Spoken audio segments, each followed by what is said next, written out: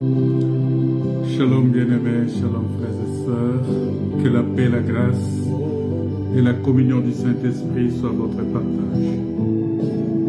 Seigneur notre Père, Dieu Tout-Puissant, nous te rendons des actions de grâce, nous te bénissons pour ton amour, ta bonté et ta fidélité. Conduis-nous encore en ce moment, que ton nom soit glorifié. Au nom de Jésus. Amen.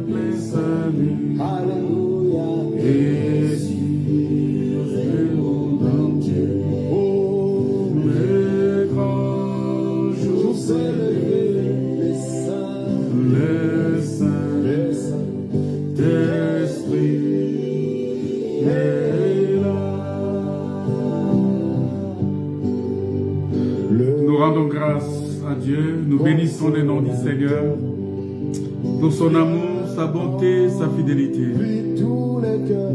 Parce que c'est un Dieu grand, parce qu'il est le Dieu Tout-Puissant, parce qu'il est le Seigneur Dieu, c'est lui qui nous a créés à son image, c'est lui qui nous a créés à sa ressemblance. Et il veut que nous lui appartenons, il veut que nous soyons véritablement ses enfants. Il veut que nous soyons véritablement de ceux qu'il a choisis, de ceux qu'il a connus d'avance, qu'il a élus, qu'il a choisis, parce qu'il est Dieu, parce qu'il est Seigneur, parce qu'il est le roi des rois. Que son nom soit glorifié. Et sur le monde entier, le grand jour s'est levé, le Saint-Esprit est là. Alléluia. Tous les rachetés chantent la liberté. Christ a vie. Il a donné l'esprit. Voyez trembler l'enfer, car dans tout l'univers, le Saint-Esprit est là. Encore une fois, que tous les rachetés chantent la liberté. Christ a tout accompli. Il nous a donné l'esprit. Voyez trembler l'enfer. Le diable tremble. Car dans tout l'univers, le Saint-Esprit est là. Oh, le Saint-Esprit est là. Le Saint-Esprit est là. La mort a disparu. Dieu nous a donné salut. Alléluia. Sur le monde entier, le grand jour s'est levé. Le Saint-Esprit est là. Nous rendons grâce à Dieu, nous bénissons le nom du Seigneur pour ce moment agréable qu'il nous a donné. C'est Dieu grand, c'est Dieu redoutable, le Seigneur de gloire qui nous a bénis de toutes sortes de bénédictions dans les lieux célestes. Il est notre Père, il est notre Seigneur, il est véritablement le roi des rois, les lions de la tribu de Juda. Il est ce Dieu-là, il nous aime tellement que tout ce qu'il a fait pour un but. Et les buts pour lesquels il nous a créés, c'est pour que nous soyons sauvés. C'est pour que nous soyons réellement ses enfants, c'est pour que nous soyons réellement de ceux-là qu'il veut amener au salut. Et nous rendons grâce à Dieu pour, il est le maître des temps et des circonstances, il est le maître de toutes choses. C'est lui qui a permis tout ce qui est arrivé et nous nous retrouvons encore là pour partager la parole de Dieu. Et pour nous, c'est une grâce d'être compté parmi de ceux-là qui écoutent la parole de Dieu, d'être compté parmi ceux que Dieu a choisis, ceux que Dieu a préparés d'avance pour être bénéficiaires de cette grâce, bénéficiaires de cette faveur de Dieu, de toutes ces bénédictions que Dieu a logées dans les lieux célestes pour nous. Et si nous sommes là encore, bien-aimés, c'est parce que Dieu nous aime. Si nous sommes là encore en ce moment, parce que il veut que nous puissions tenir debout. Il veut que nous puissions lui appartenir. Nous sommes en train de parler de notre sujet. Nous continuons bien sûr avec notre sujet que nous avons commencé depuis... ça fait quand même très longtemps que nous parlons de ce même sujet. Dieu est avec nous et notre communion avec lui. C'est vrai, Dieu est avec nous, il est avec nous. Il est notre Dieu, il est notre Seigneur, il est notre Sauveur. Il est avec nous, ce Dieu-là. Il est notre Père. Et c'est Dieu qui est avec nous. Il a tout fait pour un but. Et son but, c'est de nous sauver. Son but, c'est de nous délivrer. Son but, c'est que nous devenions participants de la nature divine. Et donc, c'est très important. Voilà pourquoi... Si Dieu est avec toi, il dit, ne promène pas les regards inquiets. Il dit, ne t'inquiète de rien, parce que moi, l'Éternel, je suis avec toi. C'est ce qu'il a dit. Il a dit, ne t'inquiète pas, parce que moi, l'Éternel, je suis avec toi. Oui, il est avec nous. Il est notre Dieu, il est à nos côtés. Il nous soutient, il nous garde, il nous protège. Il veille sur nous à chaque instant, à chaque moment que nous crions à lui, à chaque moment que nous venons à lui, il est avec nous et il veille sur nous, il nous garde, il nous protège et il nous soutient.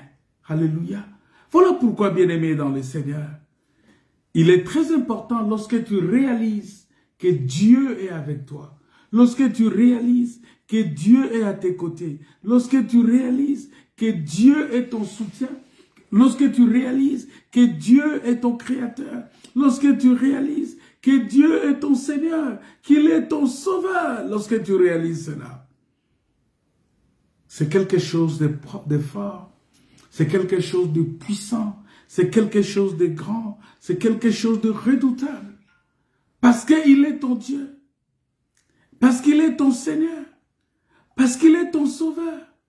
Et il nous rassure, il dit, gardez silence. Moi-même l'Éternel, je combattrai pour vous. Il a dit ça, il a dit gardez silence. Gardez silence et moi, l'Éternel, je combattrai pour vous. C'est-à-dire que c'est lui qui combat pour nous. C'est lui qui nous délivre. C'est lui qui nous sauve. C'est lui qui nous protège. C'est lui qui nous garde. Il a dit gardez silence. Ah ben oui, nous gardons silence. Et lorsque nous gardons silence, il est à nos côtés. Et il nous sauve. Il nous garde. Il nous protège. Parce qu'il est notre roi. Il est notre sauveur. Il est le Saint des Saints. Il est le Saint d'Israël. Alléluia. Voilà pourquoi nous n'avons pas honte de témoigner de la grandeur de ces dieux-là. Nous n'avons pas honte de témoigner de la puissance de ces dieux-là. Nous n'avons pas honte de témoigner de la présence de ces dieux-là.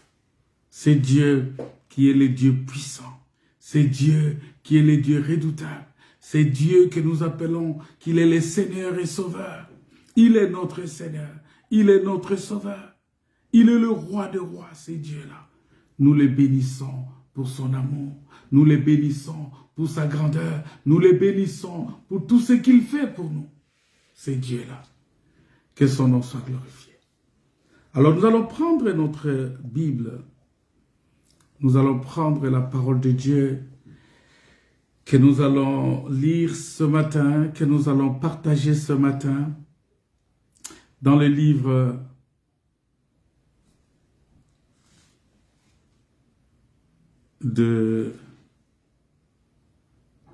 on va prendre Juge 15, verset 18. Qu'est-ce qu'il est dit dans Juge chapitre 15, verset 18? Parce que c'est là où on s'était arrêté la dernière fois.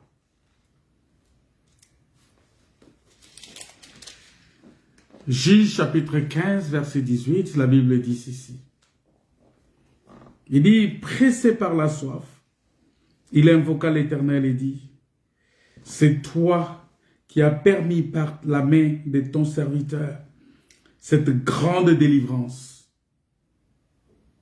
Et maintenant mourrai-je de soif et tomberai-je entre les mains des incirconcis? La Bible dit, non, Dieu fendit la cavité du rocher qui est à l'échie et il en sortit de l'eau. Samson but, son esprit se ranima et il y reprit. C'est de là qu'on a appelé cette source An-Akoré. Elle existe encore aujourd'hui à l'échie. Samson fut juge en Israël au temps des Philistins pendant 20 ans. Il fit encore juge en Israël au temps des Philistins pendant 20 ans. Nous voyons ici, bien-aimés, que Samson, il avait la soif. Mais la soif de Samson, c'était quelle soif? C'était la soif de la présence de Dieu. Il voulait que Dieu puisse l'accompagner. Il voulait marcher avec Dieu. Et c'est lui, il dit quelque chose, il dit, pressé par la soif, il invoqua l'Éternel. Il a invoqué l'Éternel. Et qu'est-ce que l'Éternel a fait? La Bible dit que l'Éternel, il a dit, mais l'Éternel, c'est toi qui as permis. Tu as permis par ta main puissante. Tu as permis que cette chose puisse arriver, que la délivrance que nous avons reçue puisse arriver. Il a reconnu la main de l'Éternel. Il a reconnu que de lui-même, il ne pouvait rien. Sans la main de l'Éternel, il ne pouvait rien faire. Il a dit, c'est toi qui as permis. Tu as permis que ces choses puissent arriver. C'est toi qui as bien voulu. Voilà pourquoi nous disons que rien ne peut se faire si cela n'est permis de Dieu. Et si tu marches avec Dieu, Dieu va tout permettre. Il va permettre toutes choses dans ta marche. Il va te conduire. Il va te conduire. Et quand il va te conduire, il va casser les rochers. Il va fendre le rocher pour que l'eau puisse sortir de ces rochers-là. Voilà pourquoi il dit, voici les jours viennent, dit le Seigneur, l'Éternel, où j'enverrai la famine dans le pays.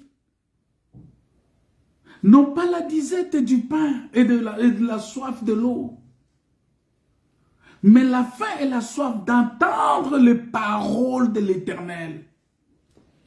Or, lorsque tu attends les paroles, je suis dans Amos chapitre 8, verset 11. Lorsque tu attends les paroles de l'Éternel, lorsque tu attends la parole de l'Éternel, mais il faut avoir la soif d'entendre cette parole-là. Il faut voir, parce que celui qui veut marcher avec Dieu doit avoir la soif de la parole de Dieu, parce que Dieu est dans sa parole. Dieu est caché dans les Écritures. Et lorsque tu as les Écritures avec toi,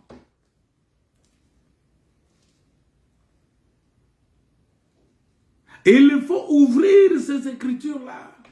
Comme Jésus l'a fait, il faut dérouler le rouleau. Il faut ouvrir le rouleau. Il faut ouvrir cela pour que tu puisses voir. Parce que les Écritures sont comme les lions de Samson.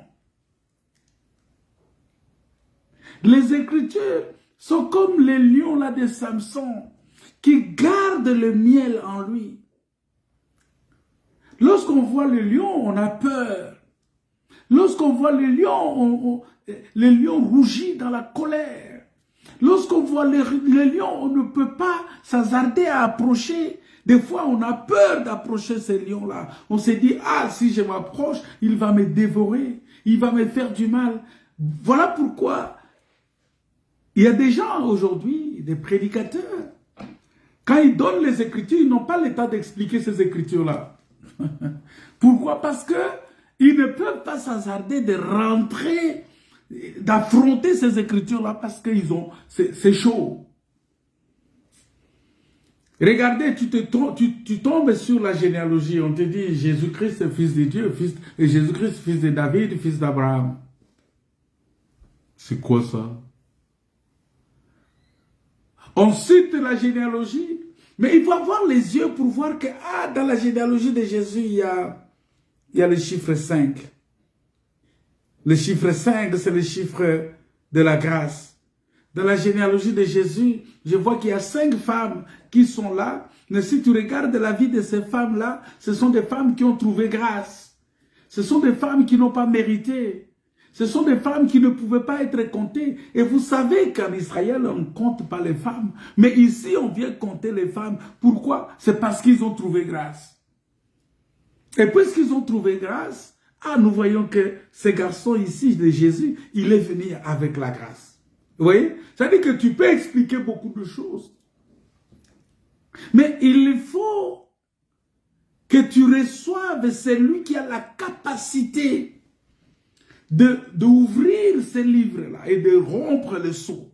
Celui qui a la capacité de dérouler. Oh, qui a cette capacité-là? C'est Jésus-Christ.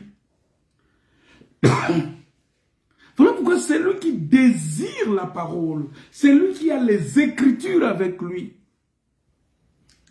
Tu finiras par te poser la question, mais de qui parle-t-on dans cette Écriture? Et tu vas découvrir que non, on parle de Dieu. Oh, si tu as la parole de Dieu, tu as Dieu. D'autant plus que Dieu vit dans sa parole. Dieu est sa parole. Dieu, il est sa parole. Jean chapitre 1 nous dit que au commencement était la parole était avec Dieu, la parole était Dieu. Il était au commencement avec Dieu. Vous voyez? Cette parole s'est faite chair. Mais ça s'est fait chair. C'est quelle chair? C'est de quelle chair il s'agit? C'est du corps que Dieu lui a formé. Parce que c'est Dieu qui a formé ce corps-là, la parole. Qui a dit, bon, parole, tu vas recevoir ce corps ici. Et moi, comme la parole, je vais habiter dans ce corps-là, dans cette chair-là. Jésus l'a dit, Seigneur, tu m'as formé un corps pour que je vienne faire ta volonté. Et il dit ceci, tu n'as voulu ni sacrifice, ni holocauste. Bien aimé, je vais vous dire une chose. Vous savez que, tel que nous sommes là, on ne peut pas prier, on n'a plus besoin de prier que Seigneur ouvre les ciels. Non. C'est une mauvaise prière. Je ne sais pas si tu comprends. C'est une mauvaise prière de dire, Seigneur, ouvre-nous le ciel.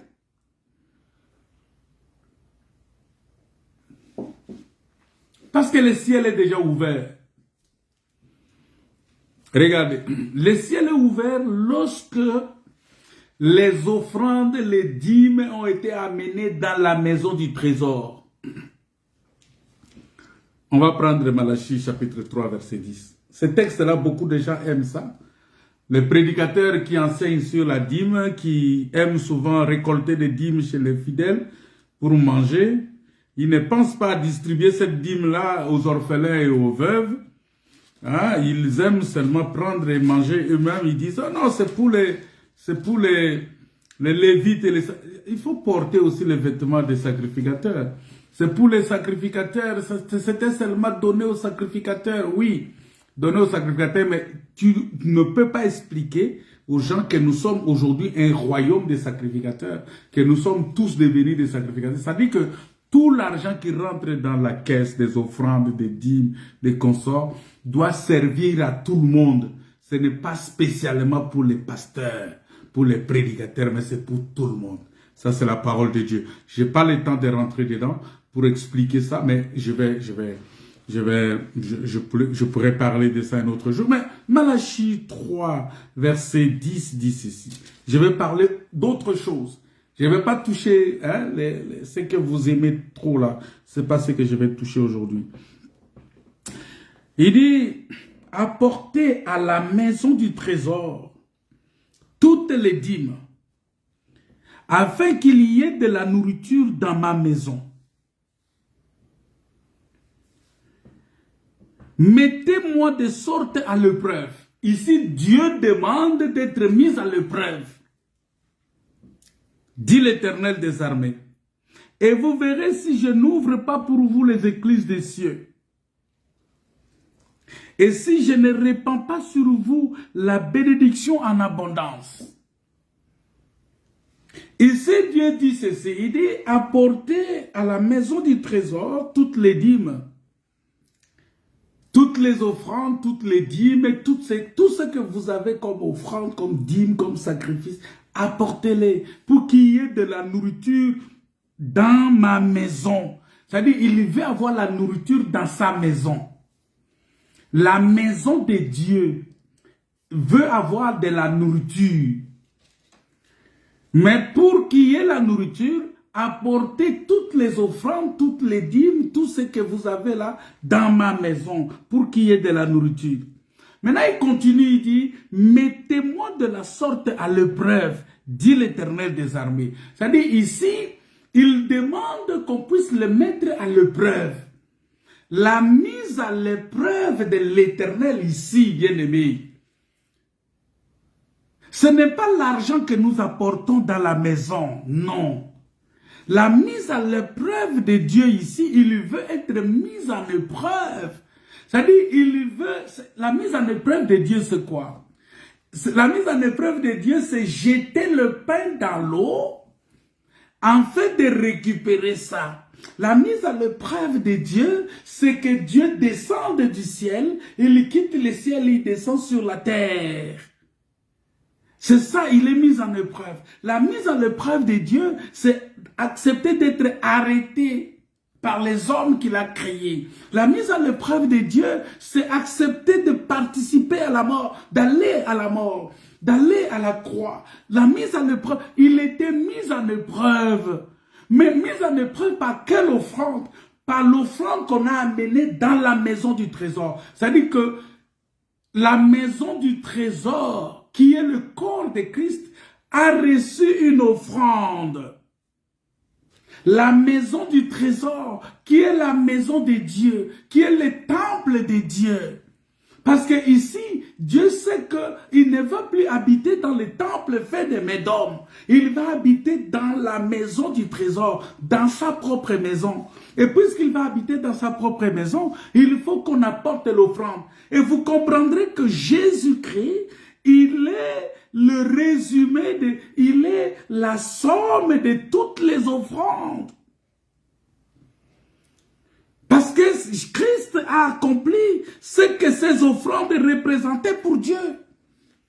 À savoir le sacrifice de la croix. C'est-à-dire que lorsque nous regardons le sacrifice de la croix, nous voyons que Christ a accompli cela. Il est en même temps, il est la dîme pour Dieu. Pourquoi? Parce que des 10 commandements, il a tiré un seul commandement qui est l'amour. Et cet amour-là, c'est 1 sur 10. Or, cet amour-là, c'est l'amour qu'il nous a apporté. Car Dieu a tant aimé le monde qu'il a donné son Fils, afin que quiconque croit en lui ne périsse point, mais qu'il ait la vie éternelle. Voilà pourquoi, lorsque on apporte une offrande, il a apporté le Fils pour remplacer le Fils par le Fils. Vous voyez, il a amené le Fils. Il a amené Isaac, mais il va remplacer Isaac par un autre Isaac, par l'agneau. Or, l'agneau ici, c'est le vêtement que Dieu nous a donné, c'est-à-dire que Dieu nous donne un vêtement nouveau. Il nous donne un corps nouveau, parce que le vêtement, c'est un corps. Il nous donne un corps nouveau, qui est le corps différent du corps que Adam s'était fabriqué lui-même. Vous voyez? Or, Adam, il avait porté un corps, mais ce corps-là ne pouvait pas lui donner le salut. Le corps qui devrait donner le salut à Adam, c'est le corps qui est l'agneau. C'est-à-dire qu'il devrait porter la peau de l'agneau. La Bible dit, il y a une écriture qui dit que l'agneau, c'est notre vêtement. C'est l'agneau qui nous couvre. C'est l'agneau qui ôte le péché. Vous voyez? Et donc, il est amené dans la maison du trésor. Et je vais ouvrir les églises des cieux. Écoutez, c'est-à-dire que lorsque le sacrifice, et c'est ce que Hébreu dit, lorsque le sacrifice a été donné, lorsque on a offert le sacrifice à Dieu, on lui a donné la dîme. C'est-à-dire que le sacrifice d'amour, qu'est-ce qui se passe ici? Les ciels s'ouvrent. Les ciels s'ouvrent. Voilà pourquoi, si vous lisez Éphésiens chapitre 1, verset 3, qu'est-ce que Dieu dit là-bas? Il dit, on va voir maintenant, vous voyez? Il dit que, béni soit Dieu, le Père de notre Seigneur Jésus-Christ, qui nous a bénis de toutes sortes de bénédictions spirituelles dans les lieux célestes en Christ. Vous voyez, ça dit que nous recevons les bénédictions spirituelles dans les lieux célestes en Christ. Pourquoi? Parce que on a amené la dîme dans la maison du trésor. On a amené l'amour dans la maison du trésor. On a amené l'obéissance dans la maison du trésor. Et lorsque le sacrifice suprême, parce que ici on parle de sacrifice suprême, lorsque ce sacrifice-là a été offert à Dieu, ce sacrifice-là nous a ouvert le ciel. Donc, le ciel est ouvert déjà. Le ciel est déjà ouvert sur nous. Et les anges de Dieu montent et descendent sur nous. Bien-aimé, le ciel est ouvert sur toi. Tout celui qui a accepté le sacrifice de Jésus, tout celui qui a accepté la mort et la résurrection de Jésus, tout celui qui a accepté ce que Jésus a été, l'offrande du Seigneur Jésus, tout celui qui a accepté la mort de Jésus, la résurrection de Jésus, c'est ça l'évangile en fait. L'évangile, Notre évangile, la bonne nouvelle du royaume que nous avons, c'est la mort et la résurrection de Jésus. Si tu acceptes cela, le ciel est désormais ouvert sur toi. Et la Bible dit que Dieu t'a béni de toutes sortes de bénédictions dans les lieux célestes. Et maintenant, toutes les bénédictions que tu reçois, toutes sortes de bénédictions, je dis bien, spirituelles. C'est-à-dire que lorsque tu reçois ces bénédictions spirituelles vont se transformer, vont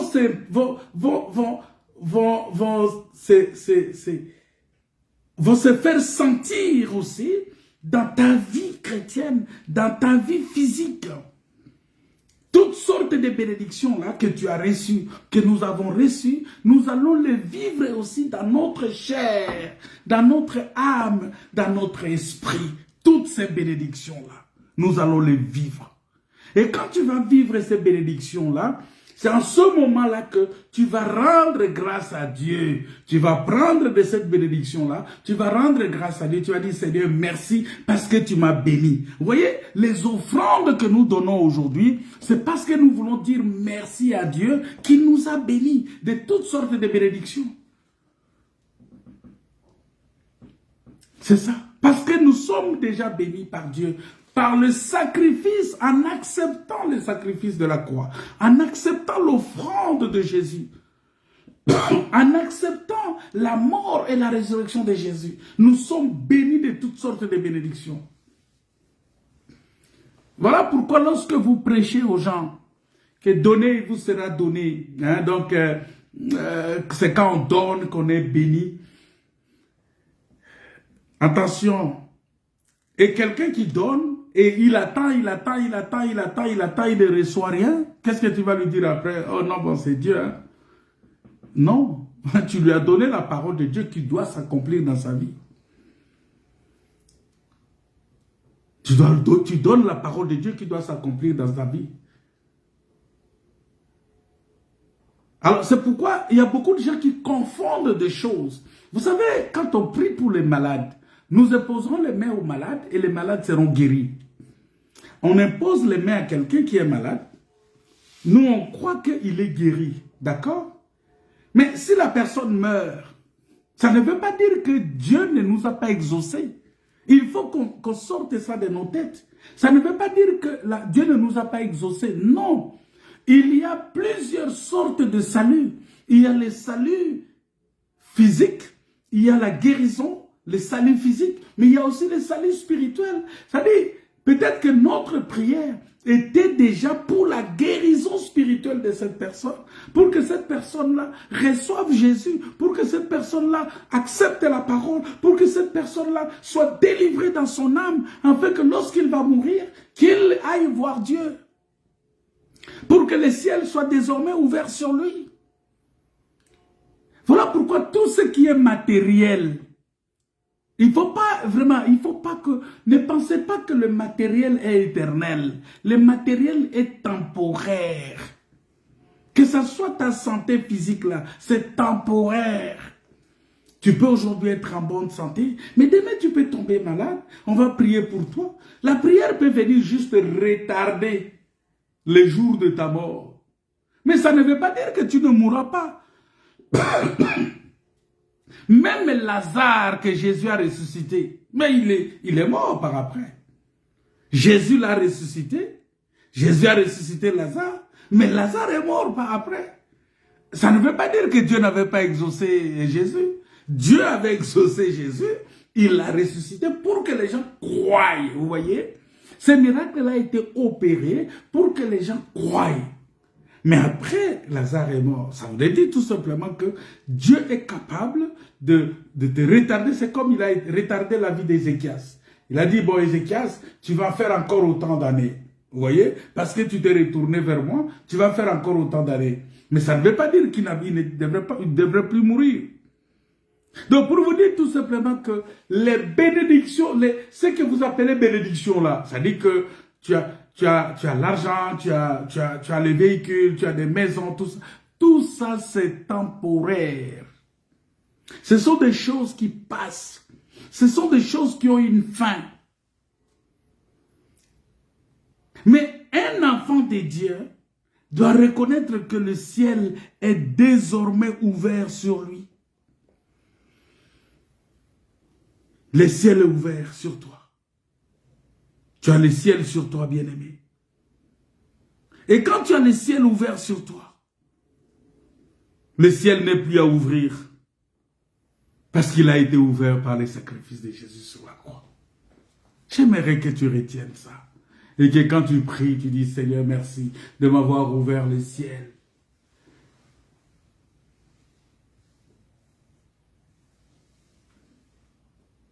La seule chose que tu peux demander, puisque le ciel est déjà ouvert, que la pluie descende sur toi.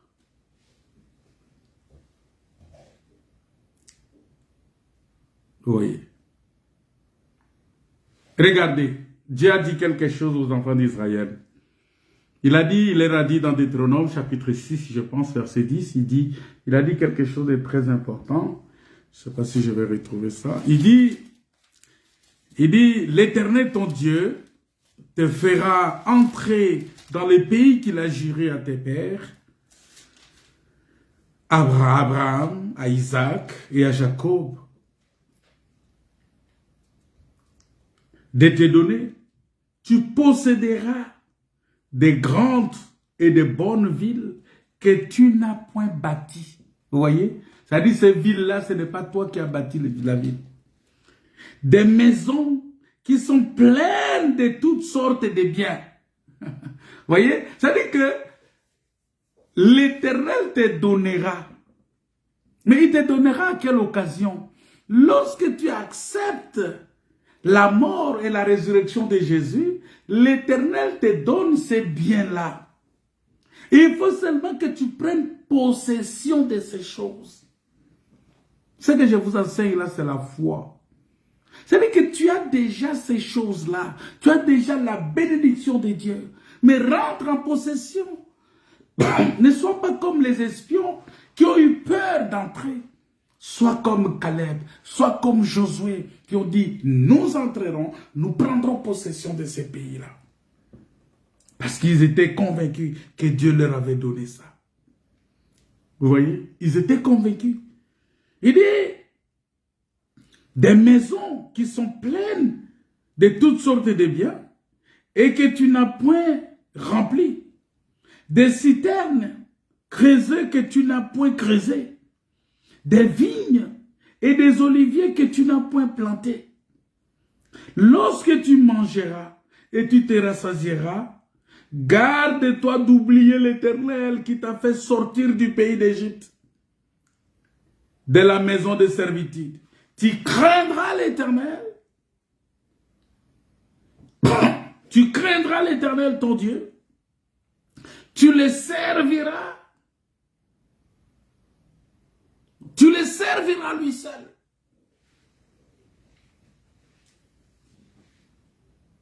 C'est ça l'adoration. Donc tu l'adoreras lui seul. C'est-à-dire que lorsque tu vas entrer en possession de ces choses, ne dis pas que c'est par ta force que tu as eu ces choses. C'est pourquoi un enfant de Dieu, il ne va pas dire que non, ce que j'ai eu là, non, c'est parce que j'étais intelligent, parce que j'étais fort, parce que j'étais sensible. Non, tu l'as eu par la grâce de Dieu. C'est Dieu qui t'a donné toutes ces choses. C'est Dieu qui nous a donné la vie éternelle. Le salut que nous avons aujourd'hui, ce n'est pas par rapport à nos œuvres. Parce que ceux qui pensent gagner le ciel par leurs œuvres, c'est ça ce que nous appelons la religion. Et il faut d'abord accepter Jésus-Christ, recevoir ces choses, et après tu vas pratiquer les bonnes œuvres que Dieu a préparées. Vous voyez, les œuvres que nous pratiquons aujourd'hui, ce sont des œuvres que Dieu a préparées pour nous. Vous voyez, c'est comme tu entres dans une ville, mais c'est ce que Jésus a dit, que je m'en vais vous préparer une place. Lorsque je vais terminer tout, je viendrai, je vous prendrai avec moi, afin que là où je suis, vous y soyez aussi. Vous voyez, ça veut dire que il veut que nous soyons aussi avec lui, là où il est allé préparer. Ce n'est pas nous qui avons préparé la place, c'est lui. Il y a des gens qui disent, non, prépare ta place, achète ta place déjà au ciel, donne l'argent, tu vas... Il y a des prédicateurs comme ça qui demandent aux gens d'apporter des offrandes pour s'acheter des places au ciel. Non, il vient avec l'offrande, il va s'acheter une place. Quelle bêtise. Quelle ignorance. L'ignorance tue. Vous voyez? Si tu as Dieu, si tu es avec Dieu, si Dieu est avec toi, il te conduira. Il a dit à Moïse, n'aie pas peur. Je suis avec toi. Je marcherai avec toi. Je marcherai devant toi. Je te conduirai. Ne promène pas les regards inquiets. Je suis avec toi. Oh, bien-aimé, le plus important ici, c'est de te rassurer seulement que Dieu est avec toi. Point. Le reste, c'est ça ce qu'il a dit. Cherchez premièrement le royaume des cieux et sa justice, et le reste vous sera donné par-dessus tout.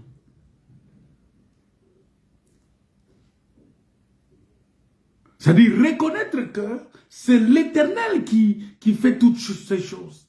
Et lorsque tu reconnais ça, tu vas vivre la grâce de Dieu. Tu vas vivre la grandeur de Dieu. Tu vas vivre la main puissante de Dieu. Tu vas vivre la grâce et la grandeur de Dieu. Voilà pourquoi, bien-aimés, en tant qu'enfants de Dieu, nous avons besoin, nous avons intérêt. Parce que la Bible dit que celui qui a soif, qu'il vienne et que je lui donne de l'eau. Il va boire des fleuves d'eau vive couleront de son sein. Ça, c'est Jean 7, verset 38. Parce que, en ce moment-là, ce n'est plus nous qui vivons, mais c'est Christ qui vit en nous. C'est que Galates 2, verset 20 dit. C'est-à-dire, à ce moment-là, ce n'est plus moi qui vis, mais c'est Christ qui vit en moi. C'est Christ qui agit en moi. Donc, Dieu agit puissamment dans tous les domaines de ma vie en ce moment. Dans les domaines, dans ma famille, dans mes études, dans mes entreprises, dans l'église, dans tout ce que nous faisons, même dans le ministère, même dans la prédication, ce n'est pas moi. C'est Dieu qui agit. Parce que si tu es avec lui, voyez, ce n'est plus toi qui vis. Parce qu'en ce moment-là, c'est la dimension du débordement.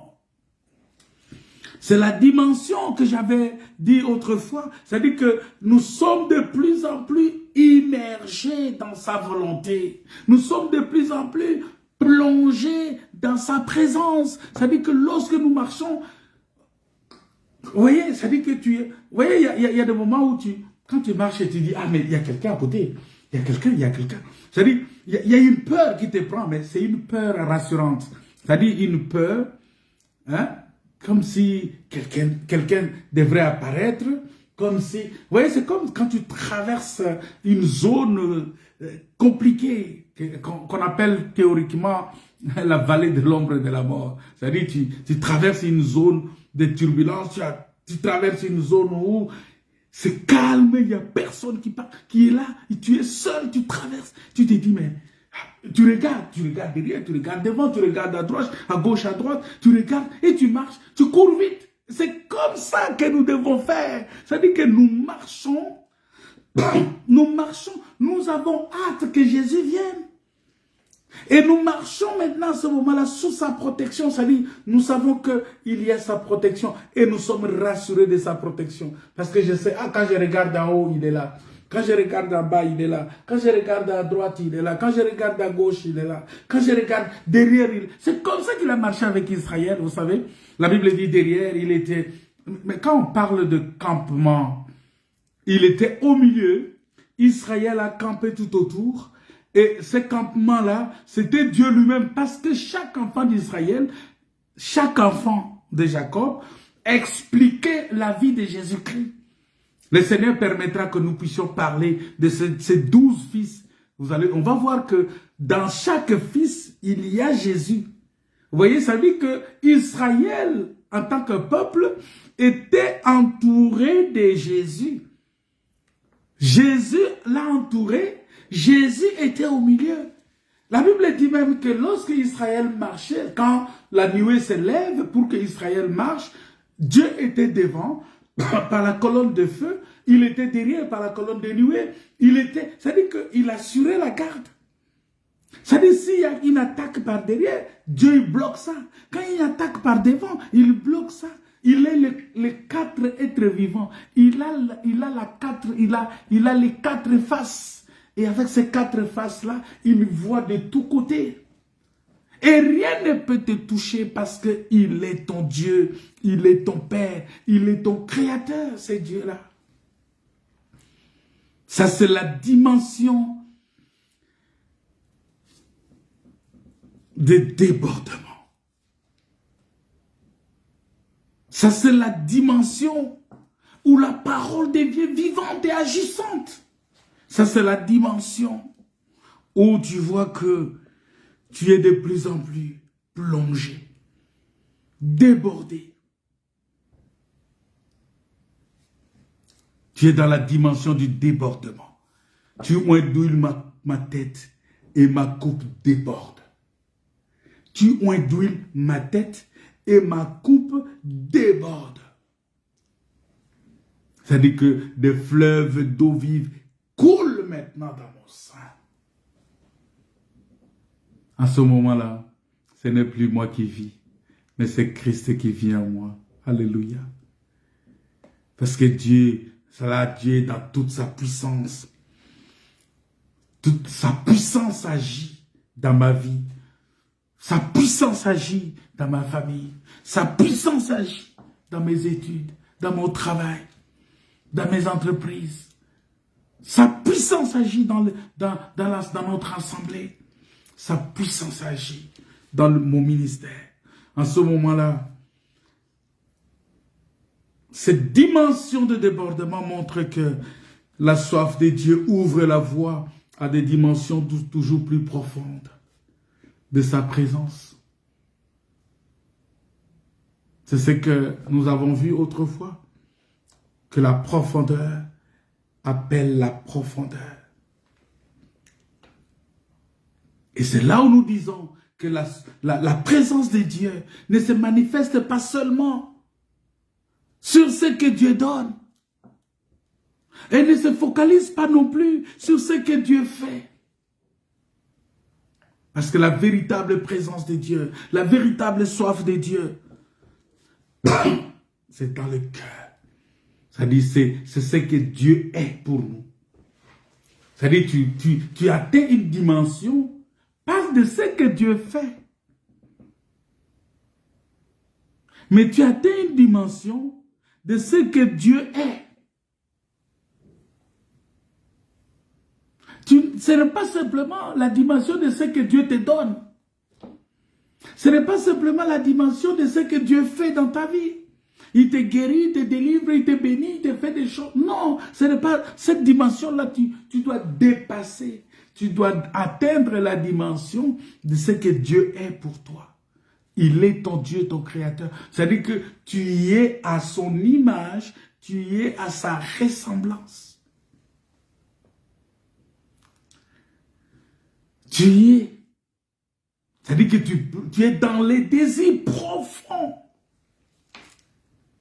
qui poussent ton intérieur à te fixer sur la personne même de Dieu. C'est-à-dire sur Dieu lui-même, pas sur ce qu'il donne, pas sur ce qu'il fait. Tu n'es plus à la recherche de ces choses-là. Seigneur, donne-moi ceci. Seigneur, si Christ devient ta vie, si Christ devient ton milieu, si Christ devient ta vie, frère, tout ce dont tu as besoin, tu l'auras. Il accomplira certainement les désirs de ton cœur parce que il fait partie de ta vie. C'est-à-dire que toi, tu es maintenant concentré sur la personne même de Dieu.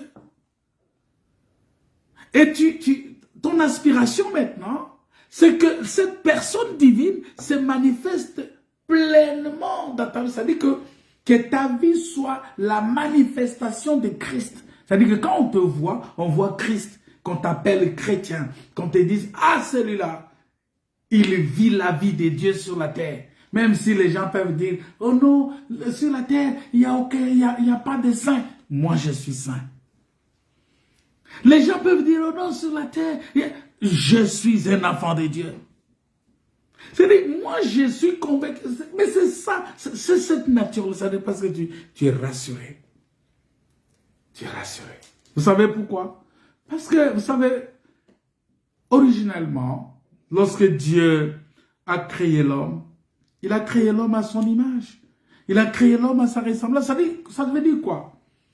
L'homme était Dieu. Voilà pourquoi Dieu a donné à l'homme la capacité de donner les noms à la créature, aux créatures, à la création, à tout ce qui a été créé. L'homme avait ce pouvoir-là de donner les noms. Pourquoi? Parce que l'homme était fait Dieu dans les jardins.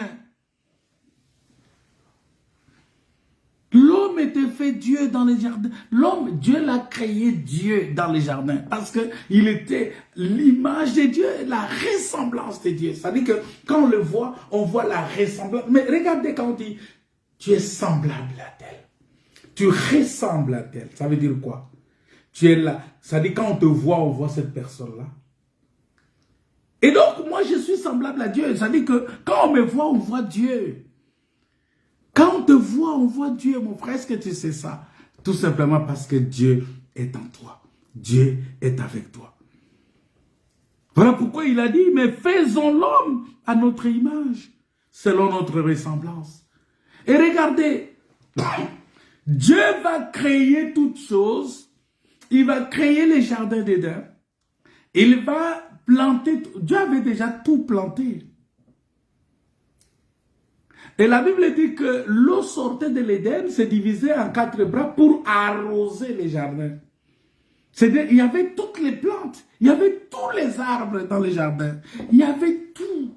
Mais regardez le langage de Dieu. Il dit, l'Éternel Dieu plaça l'homme dans le jardin pour qu'il cultive les jardins et qu'il garde les jardins. On va parler de ça un autre jour. Est-ce que c'était pour cultiver? Il devait cultiver quoi? Quel est l'arbre que Dieu n'avait pas cultivé, qu'Adam devrait cultiver? Quel est l'arbre qui n'a pas été créé, qu'Adam devrait créer, qu'Adam devrait planter? Et où est-ce qu'Adam devrait recevoir la sémence pour planter? Si Adam n'était pas Dieu lui-même dans le jardin, parce qu'il avait la responsabilité d'arroser. Il avait la responsabilité de renouveler. Or, c'est lui qui a la capacité de renouveler. Il dit, soyez transformés par le renouvellement de notre intelligence. Vous voyez, c'est ça, cultiver et garder. Soyez transformés par le renouvellement de votre intelligence.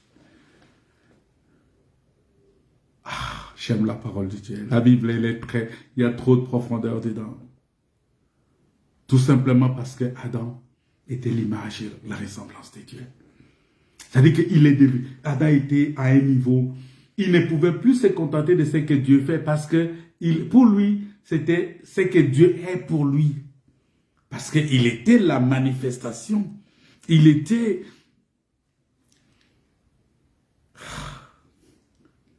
Parce que l'homme, au niveau de son esprit, est la copie spirituelle de Dieu. La copie spirituelle, vous voyez?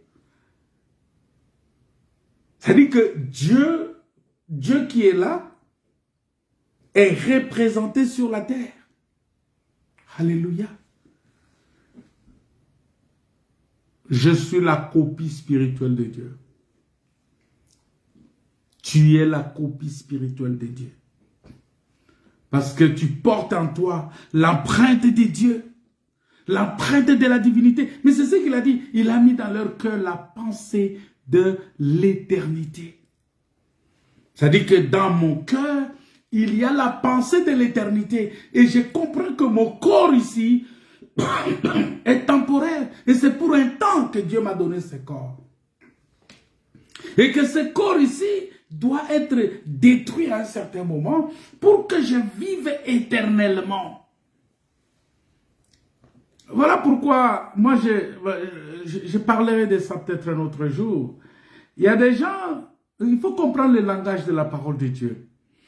On a livré quelqu'un à Satan dans la Bible, mais écoutez ce que Paul dit. Qu'il soit livré à Satan pour la destruction de sa chair, afin que son esprit soit sauvé au jour du Seigneur. Vous savez pourquoi? Parce que cette personne, la personne qu'on livre à Satan, c'est quelqu'un qui est sauvé.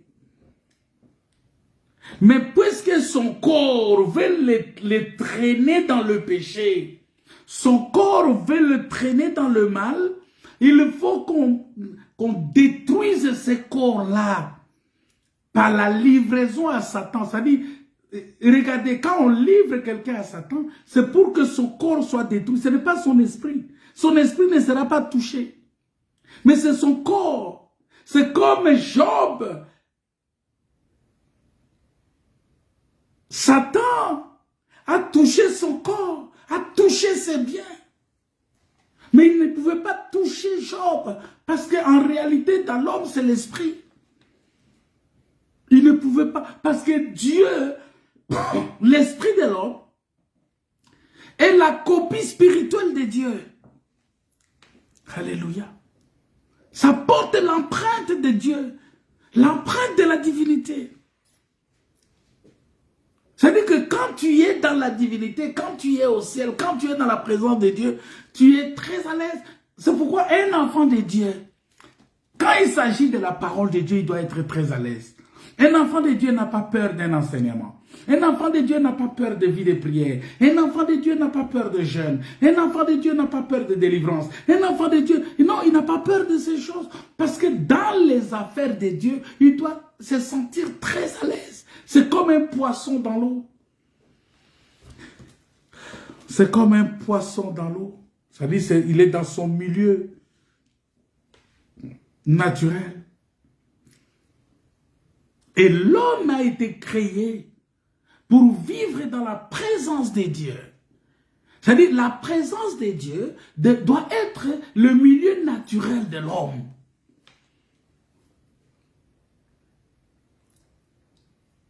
Marcher avec Dieu, vivre avec Dieu, être avec Dieu, ça doit être ton milieu naturel.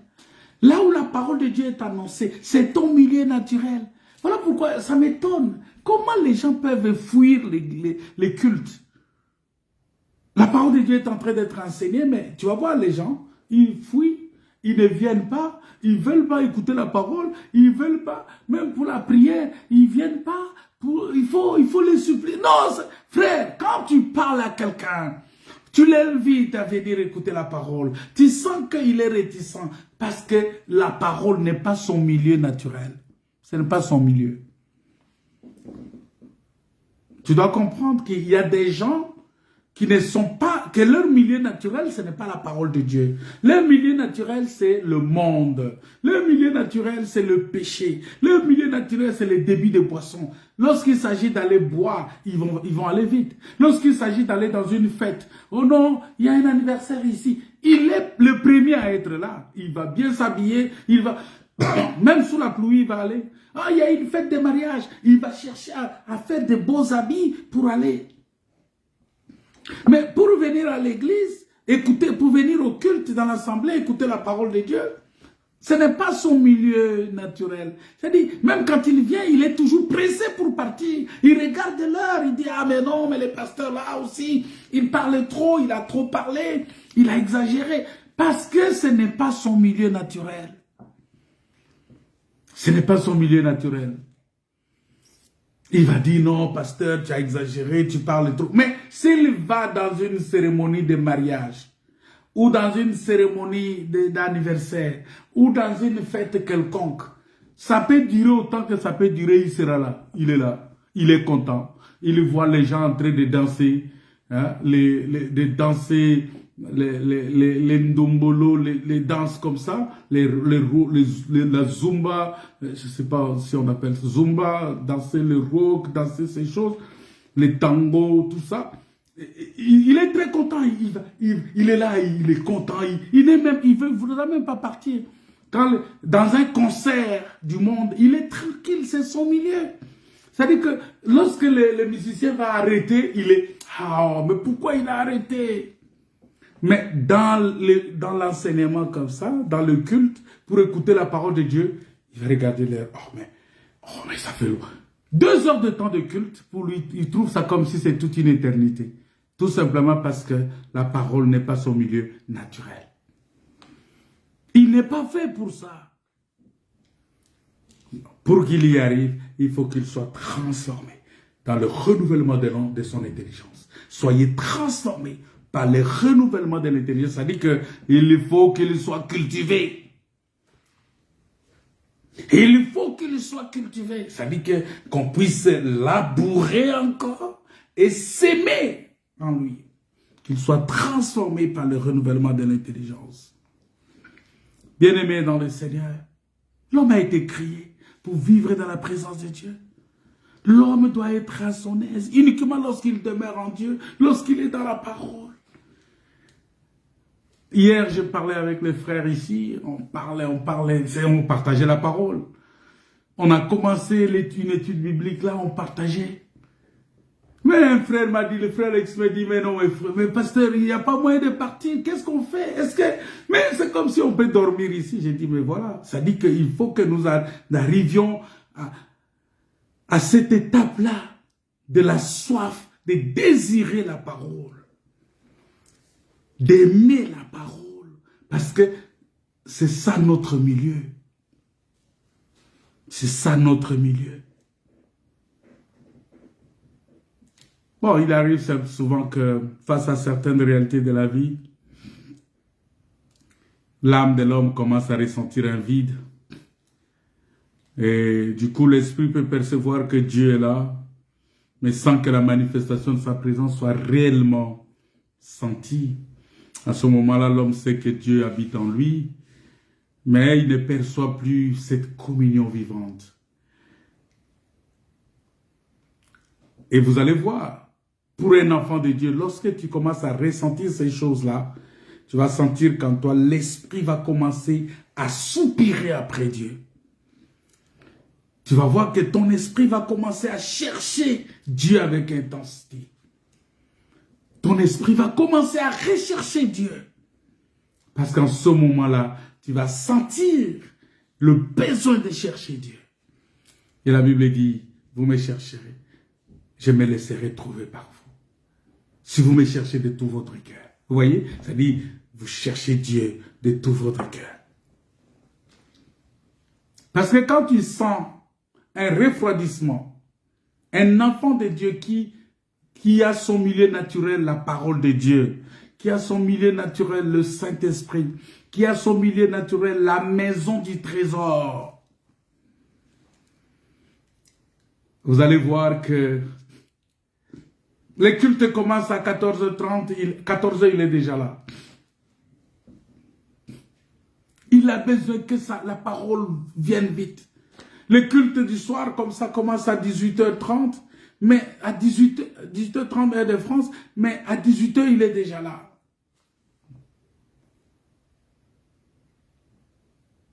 C'est comme mon frère qui nous suit des États-Unis. À chaque 18h30, il est là. Je sais que 18h30 de France, c'est 6h30 chez lui là-bas. C'est le matin, c'est le midi, c'est midi 30 chez lui. C'est midi 30 chez lui là-bas. 18h30 ici, mais lui midi 30, peut-être qu'il est au bureau, peut-être qu'il travaille. Mais midi 30, il est là, il écoute la parole. Peut-être, vous voyez, il utilise son temps de pause. Le temps qu'il devrait aller manger, il dit, bon, je vais prendre ce temps-là pour écouter la parole de Dieu. Midi 30. Toi, tu finis le travail, ici en France, 18h30, au lieu de venir écouter la parole de Dieu, tu dis, ah, je suis fatigué. La même fatigue que tu ressens là, si c'est l'anniversaire, tu vas aller. Si c'est la fête de mariage, tu vas aller. Si c'est un concert, tu vas aller.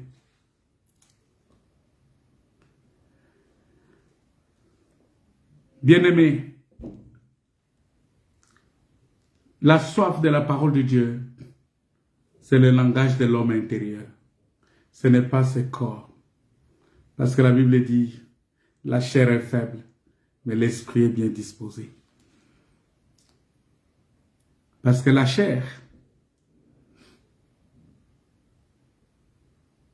les sœurs n'aiment pas que je dise ça. La chair, c'est la femme. La Bible dit, la femme, c'est un être faible. Ce n'est pas moi qui le dis, c'est dans Pierre.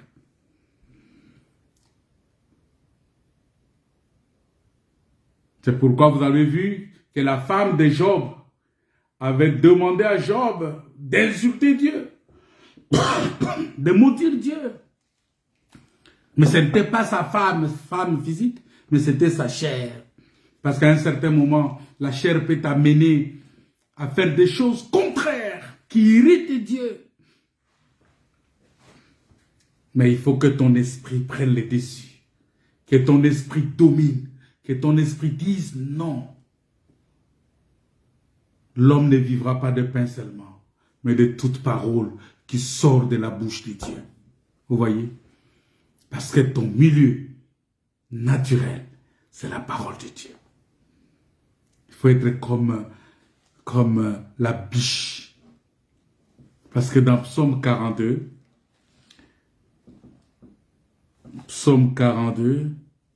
le verset 2, il dit ceci. Psaume 42, le verset 2, il dit « Comme une biche soupire après des courants d'eau, ainsi mon âme soupire après toi, ô Éternel. Mon âme a soif de Dieu, verset 3, du Dieu vivant. Quand irai-je et paraîtrai-je devant la face de Dieu? Quand? Nous devons paraître devant la face de Dieu ici. Nous devons être dans la présence de Dieu ici. Par la parole que nous écoutons. Et vous savez, la biche, lorsqu'il a soif, cette soif la pousse à se tenir près des courants d'eau. Il ne va pas aller, il ne va pas s'éloigner des courants d'eau. Cela signifie que l'homme ou la femme qui a soif de Dieu, tout celui qui a soif de Dieu, soif de la présence de Dieu, soif de marcher avec Dieu, soif de vivre dans le milieu naturel d'un enfant de Dieu, ne peut pas être désaltéré que s'il se trouve dans la présence de Dieu. Il sait que c'est dans la présence de Dieu qu'il a la nourriture. C'est dans la présence de Dieu qu'il a l'eau, qui est la parole de Dieu. Il a la nourriture, qui est la parole de Dieu. Il sait. Chacun son milieu naturel. Chacun son milieu. Tu as été créé à l'image de Dieu, à la ressemblance de Dieu. Le Seigneur veut que tu sois réellement la révélation de sa présence. Écoutez bien, que tu sois la révélation de sa présence. Ça dit que tu sois la révélation de Dieu dans ce monde. Voilà pourquoi Dieu, il dit, ils sont dans ce monde, ils ne sont pas du monde, mais Père, garde-les. Pourquoi il nous a laissés dans ce monde? Pour que nous puissions révéler Dieu dans ce monde. Quand tu marches, que les gens voient Dieu en toi. Ça dit que quand tu es seul, tu te dis, ah, Dieu est avec moi. Tu vois que dans ton cœur, tu es rassuré. Tu regardes à droite, tu dis, il est là. À gauche, il est là. En haut, il est là. Derrière, il est là. Tu es dans la joie. Et tu marches. Mais malheureusement, il y a des hommes. Il y a des gens qui sont peut-être pas honnêtes, qui ne sont pas sérieux, qui déclarent avoir soif de Dieu, ils ont envie de Dieu, ils disent, ah non, mais qui ne se tiennent pas dans sa présence, qui ne veulent pas être dans le milieu qu'il faut pour écouter la parole, dans le milieu qu'il faut. Vous savez, lorsqu'on sort le poisson de l'eau, il ne va pas vivre longtemps. Le poisson, si vous le sortez de l'eau, il va se décomposer vite. Vous savez pourquoi Dieu a pris tout un prophète, il l'a mis dans le poisson, dans l'eau. Parce que l'homme, s'il rentre dans l'eau, il ne va pas résister, il ne va pas rester longtemps, il va mourir. Maintenant, Dieu, qu'est-ce qu'il a fait? Il a dit, Jonas, pour qu'il résiste, il faut qu'il entre dans le poisson. Parce que le poisson est incorruptible dans l'eau. Le poisson dans l'eau est incorruptible. Alors, lorsque le corps, ici, révèle l'incorruptibilité, c'est-à-dire que tu portes l'incorruptibilité, tu portes un corps qui ne se corrompt pas, le corps de Christ. Tu ne vas plus te corrompre, tu ne vas plus être en décomposition, tu ne vas plus être celui-là qui est propre à être jeté. Non! Parce que tu as revêtu l'incorruptibilité. Donc le poisson était l'incorruptibilité de Jonas dans l'eau. C'est comme ça que maintenant, notre incorruptibilité, c'est Christ.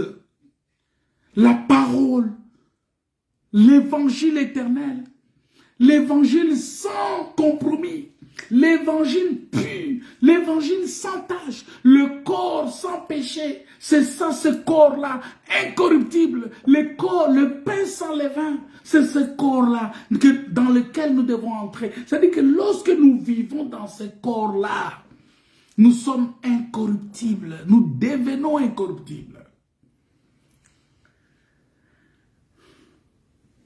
Mais si tu n'entres pas en Christ, tu vas toujours marcher dans la corruption. Je vais te dire que le ciel est déjà ouvert. Tu n'as pas besoin de demander. Seigneur, ouvre-moi le ciel. Non, le sacrifice de Jésus a déjà ouvert le ciel sur toi. Ce n'est pas ton offrande là qui va t'ouvrir le ciel. Il faut qu'on arrête de vous mentir. Ce n'est pas tes dîmes là que tu apportes là, tes offrandes là que tu apportes qui vont t'ouvrir le ciel. Non. Ce qui nous a ouvert le ciel, c'est le sacrifice de Jésus. Quand Dieu dit, vous verrez, mettez-moi à l'épreuve. La mise à l'épreuve de Dieu, c'est la croix. Le peuple a mis Dieu à l'épreuve. Si tu es médecin, guéris-toi toi-même. Médecin, guéris-toi toi-même. Tu as ressuscité le mort, oui, mais ressuscite-toi aussi. On l'a mis en épreuve sur la croix et il a vaincu. C'est pourquoi il a ouvert les ciels. Il a ouvert les écluses des cieux. Et Éphésiens, je vous ai donné l'écriture d'Éphésiens, chapitre 1, verset 3. Que nous sommes bénis de toutes sortes de bénédictions, bien-aimés, dans les lieux célestes. Tu es béni. Je suis béni. Nous sommes bénis de toutes sortes de bénédictions dans les lieux célestes. Donc le ciel est déjà ouvert sur nous. J'aimerais que tu bénisses le Seigneur maintenant. Parce que l'offrande de Christ, la véritable dîme de Dieu, la véritable offrande de Dieu a ouvert le ciel sur nous. Ce n'est pas ce que tu viens là, des petites pièces que tu apportes ou des petits billets là, tu viens avec 20 euros, 10 euros, tout ça, ce qui va t'ouvrir le ciel. Non, le ciel ne s'ouvre pas avec cet argent-là. Le ciel s'ouvre par l'argent par excellence qui est le sang de Christ. C'est le sang de Christ qui a ouvert le ciel. Il a dit, désormais, vous verrez les anges de Dieu monter et descendre sur le Fils de l'homme. Parce que c'est lui qui a ouvert les ciels. Il a ouvert la porte. Il a ouvert les écluses. Les écluses des cieux, ce sont les prophètes. Ce sont les ministres de la parole. Ce sont là les écluses. C'est-à-dire, ce sont des instruments que Dieu a utilisés pour bénir son peuple. Alléluia. Nous sommes bénis de toutes sortes de bénédictions dans les lieux célestes. Voilà pourquoi, bien-aimé dans le Seigneur, où est-ce que tu te trouves maintenant? Où est-ce que tu es maintenant? Tu es dans la présence de Dieu? Tu es dans la présence de Dieu?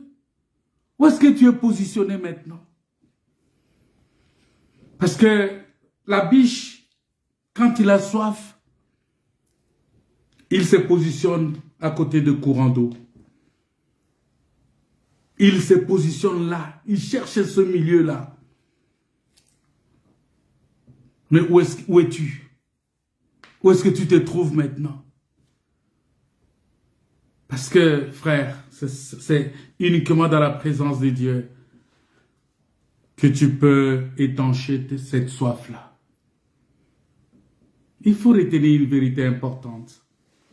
Lorsque la soif de Dieu est étanchée à un certain niveau, elle engendre en nous une soif encore plus grande. Vous voyez? Vers une dimension spirituelle. Ça dit que quand tu reçois la parole fait appel à la parole. Quelqu'un qui a la parole de Dieu, la parole qui est en lui, fait appel encore à une autre profondeur de la parole. C'est-à-dire que nous sommes appelés à avoir continuellement soif de Dieu. Plus nous avons soif, plus nous expérimentons les dimensions beaucoup plus supérieures de la grâce de Dieu. Nous entrons dans une dimension de la présence de Dieu, dans la dimension beaucoup plus profonde. C'est-à-dire qu'en ce moment-là, tu te dis, oh, à chaque jour, tu découvres de nouvelles choses.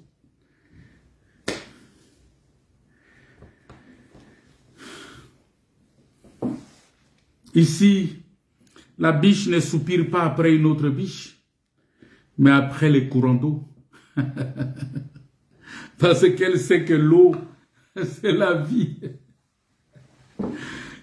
Donc, c'est pourquoi la véritable soif de Dieu nous pousse à désirer Dieu lui-même.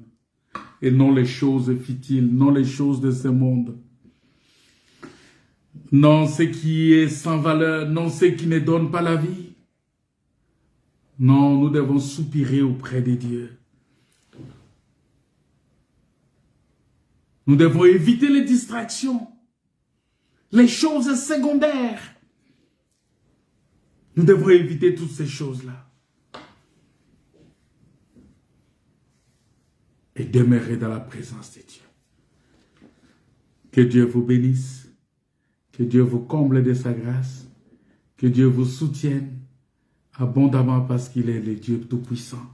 Il est le Créateur des cieux et de la terre. Il est le Roi des rois. Il est le Seigneur de gloire. Il est le Dieu Tout-Puissant. Il est ce Dieu-là. Ce Dieu grand et redoutable. Alléluia. Merci Seigneur. Merci Jésus. Dieu nous a visités. Voici les temps nouveaux.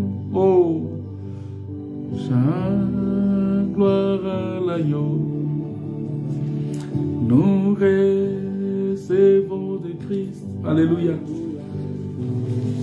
Oh Seigneur Dieu Tout-Puissant, manifeste ta puissance et ta gloire parce que tu es Dieu. Tu es le Roi des rois. Tu es le Créateur de toutes choses. Bénis tout un chacun. Bénis mon frère, bénis ma soeur. Un jour s'est levé où Dieu nous a visités. Voici les temps nouveaux. Bien-aimés, nous avons repris nos enseignements. N'oublions pas que vendredi, on va se retrouver encore. On avait connu un petit break des suites de l'événement que nous avons connu dans la famille, du départ de notre maman auprès du Seigneur, parce que je suis rassuré, parce qu'elle a accepté Jésus, baptisée au nom de Jésus, elle a persévéré dans la prière jusqu'au dernier jour. Elle était toujours connectée à la prière. J'ai béni le Seigneur pour la vie de ma maman. Je suis très heureux pour ça. Et je bénis le Seigneur pour cela. Jusqu'au dernier jour de son souffle, il a rendu grâce à Dieu. Il a témoigné de l'amour de Christ. Soyez bénis. On va se retrouver vendredi à la même heure, 18h30, pour écouter la parole de Dieu. Que Dieu vous bénisse. Que Dieu vous comble de sa grâce. Que Dieu vous soutienne. Et que Dieu fasse grâce afin que nous puissions nous retrouver encore. Miel a jailli. Chasse des cœurs troublés. Toute crédulité. car Christ, le roi de rois, répand l'esprit de foi, le Saint-Esprit est là. Bénis mon frère, bénis ma sœur, de toutes sortes de bénédictions dans les lieux célestes. Au nom de Jésus, au nom du Seigneur Jésus, au nom du Roi de rois, au nom du Tout-Puissant Jésus de Nazareth. Amen. Alléluia. Et sur les mondes entiers, oh, les grands jours se lever, les saints, d'esprit est là. Le grand consolateur vient remplir tout le cœur. Le